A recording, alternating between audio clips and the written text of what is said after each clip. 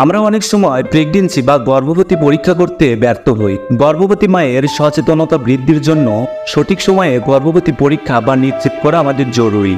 তাই আসলে আমরা দেখে নেই কী কারণে গর্ভবতী পরীক্ষা বা প্রেগন্যান্সি টেস্ট করতে আমরা ব্যর্থ হই এবং এর সমাধান কী। সাধারণত প্রেগন্যান্সি টেস্ট করতে হয় সহবাসের 21 দিন অথবা পরবর্তী মাসিক মিস হওয়ার পরের দিন থেকেই। এই নির্ধারিত সময়সীমার পূর্বে আমরা যদি কেউ প্রেগন্যান্সি টেস্ট করি তাহলে তাতে কোনো লাভ হবে না, কেননা মায়ের গর্ভে নিষিক্ত ডিম্বকোষ থেকে বাচ্চা কনসেপ্ট হতে কিছুটা সময় লাগে। এর জন্য আমাদের 21 দিন অথবা সর্বোচ্চ 1.5 মাস ওয়েট করা উচিত। কোনো কোনো সময় প্রেগন্যান্সি কিটে সমস্যা থাকে, যার কারণে আমরা প্রেগন্যান্সি টেস্ট করতে ব্যর্থ হই। এর জন্য আমাদের উচিত ভালো মানের প্রেগন্যান্সি কিট ব্যবহার করা। প্রেগন্যান্সি কিটের মাধ্যমে প্রেগন্যান্সি পরীক্ষা করার সময় দীর্ঘক্ষণ অপেক্ষা করার পরেও যদি কোনো প্রকারের লাল দাগ না ওঠে, তখন সময় নষ্ট না করে নতুন আরেকটি প্রেগন্যান্সি কিট কিনে আনুন।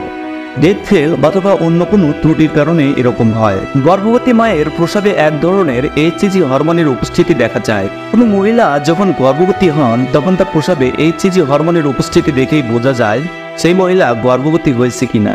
গর্ভবতী মায়ের সকালবেলার প্রথম প্রসাবে এই হরমোনের মাত্রা বেশি থাকে। তাই আমরা যখন প্রেগন্যান্সি টেস্ট করতে যাব তখন সকালবেলার প্রথম প্রসবের মাধ্যমে প্রেগন্যান্সি পরীক্ষা করব। এতে গর্ভে বাচ্চা কনসেপ্ট হয়েছে কিনা তা অতি সহজেই ধরা পড়ে। এছাড়াও আমরা ঘরে বসে লবণ ও চিনির মাধ্যমে প্রেগন্যান্সি পরীক্ষা করতে পারি। এ বিষয়ে সম্পূর্ণ ধারণা পেতে আমাদের এই ভিডিওগুলো দেখতে থাকুন।